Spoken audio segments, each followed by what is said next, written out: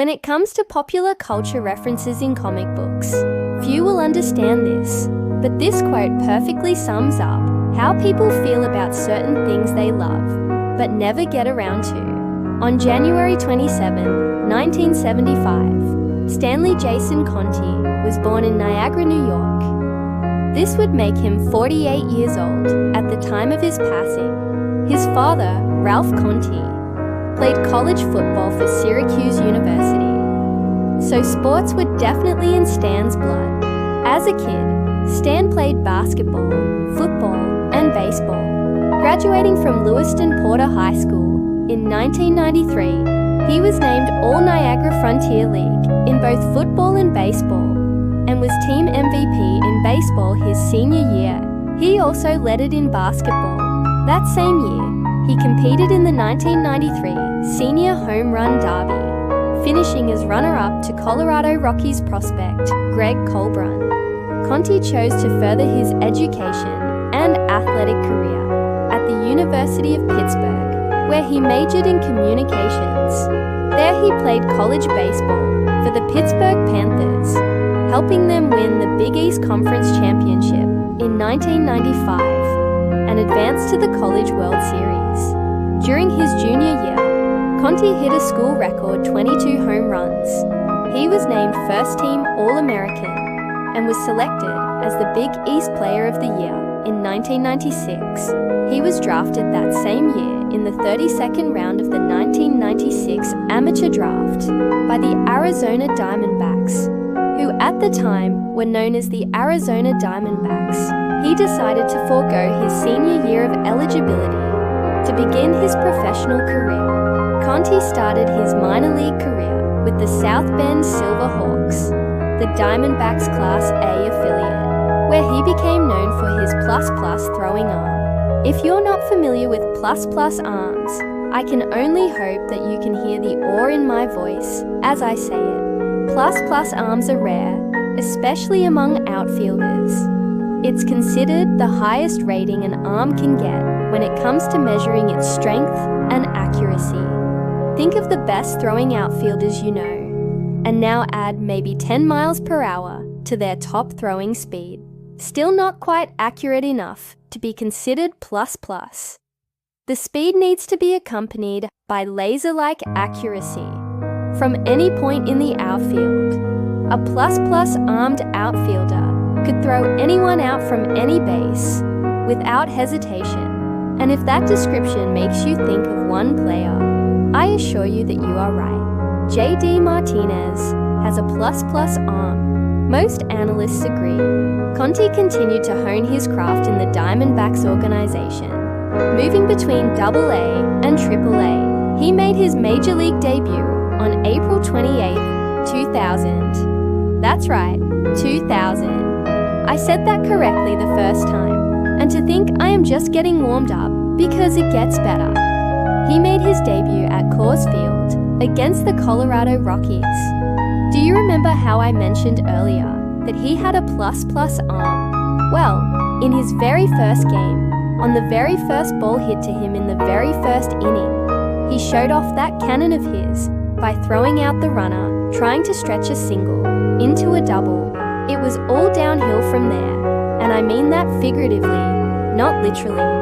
The rest of his career is well documented, and we'll touch on it later, but let's take a minute and bask in the glory of that first game. This type of thing doesn't happen often, but when it does, it sure is fun to watch.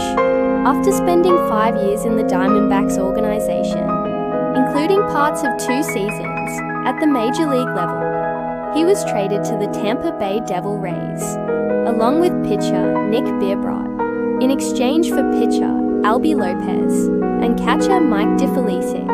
Prior to the 2003 season, Conti was traded to the Milwaukee Brewers for catcher Javier Valentin. After the 2003 campaign, he signed as a free agent with the Texas Rangers and spent 2 years in their system, hitting .328 in one season with their AAA affiliate, the Oklahoma Redhawks. During his time with the Rangers, Conti made headlines by robbing Houston's Carlos Beltran of an extra base hit with a dramatic over-the-shoulder catch on Tal Nias Hill at Minute Maid Park. Yeah, I may have mentioned that before, but can you blame me? How beautiful is that? We see these types of catches every so often in center field, but they are unheard of in right field, mostly because most right field fences are well over 350 feet away from the point where a ball can be caught and still have a chance to be thrown to a base in time to get the out, not to mention the fact that most right fielders do not have the arm to make such a throw anyway. I don't care how far away it is, nobody is beating this throw to the bag.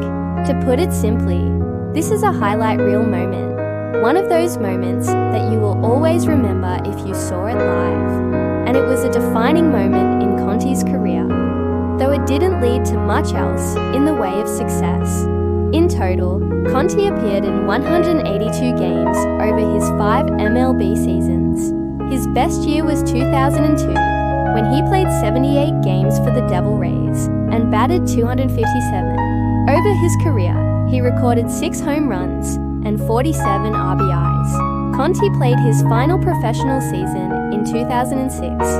That year, he played for the New York Yankees' AAA affiliate, the Columbus Clippers, where he batted 259 with 2 home runs and 6 RBIs. He also played for the Memphis Redbirds, the AAA affiliate of the St. Louis Cardinals, where he batted 267 with 1 home run and 7 RBIs. He finished the 2006 season with the Independent League's Camden River Sharks on May 16, 2025. We lost a legend. I have been waiting for someone to say that about me since February 28, 2019. If you haven't noticed, I'm going through a midlife crisis. Now I know what you're thinking. Midlife crisis. You're in your 30s. You've got another 20 or 30 years till you're in your 50s. That's when people get midlife crises. And you know what? I hear ya. But here's the thing. Waiting until you're 50 to start living life to the fullest, waiting to find out who you are and what you like about yourself, is just wasting some of the best years of your life. Why wait? Do it now while you're young enough to actually enjoy it. You only get one shot at this. One day you'll look back and you'll be glad you did. Don't believe me? Ask anybody that's 70 and older. They'll tell you. But back to the task at hand. As many of you already know, we've been working on producing content for a little while now. When we first started doing this, it was just supposed to be a side project, something fun to do after work. But we quickly realized that we wanted to do more, do bigger things, and do them better. Unfortunately, that meant making a difficult decision. It wasn't easy, but we knew it had to be done. If you found value in our work and would like to help us continue to do what we're doing, please consider supporting us.